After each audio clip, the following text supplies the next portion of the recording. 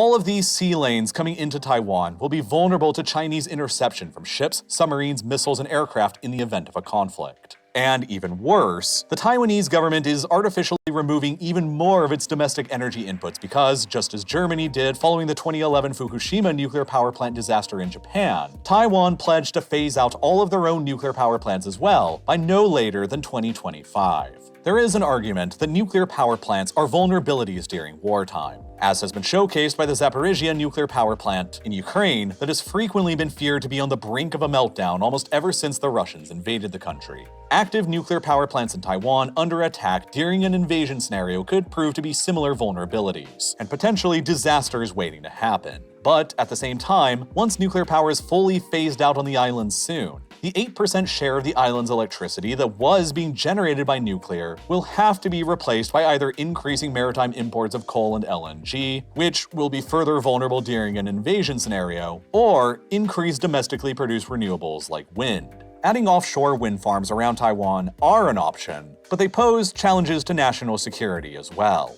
The windiest locations around Taiwan are a small section of ocean just to the south of the island or within the Taiwan Strait itself, facing the Chinese mainland. Wind farms built here are ideal from a wind potential perspective, but are terrible from a national security perspective, as Chinese ballistic missiles could destroy the wind turbines rising above the sea, while Chinese submarines could sever their transmission cables carrying electricity back to the Taiwanese mainland. This means that Taiwan won't really have any easy solutions to its energy problem in the event of a blockade or a war, short of outside international support. It has been estimated that Taiwan only has enough stockpiles of coal to last for 39 days, and only enough natural gas to last for 11 days. If the island comes under a Chinese blockade, Taiwan's ability to power itself will run out extremely quickly, which is very bad news for Taiwan's incredibly valuable microchip manufacturing industry. Taiwan's giant corporation, TSMC, the masters of global chip manufacturing, currently all on its own, consumes more than 6% of all of Taiwan's energy. And as the company continues to reinvest into itself and pursue even more advanced chip manufacturing capabilities to maintain Taiwan's silicon shield, its share of Taiwan's energy consumption is only expected to continue growing.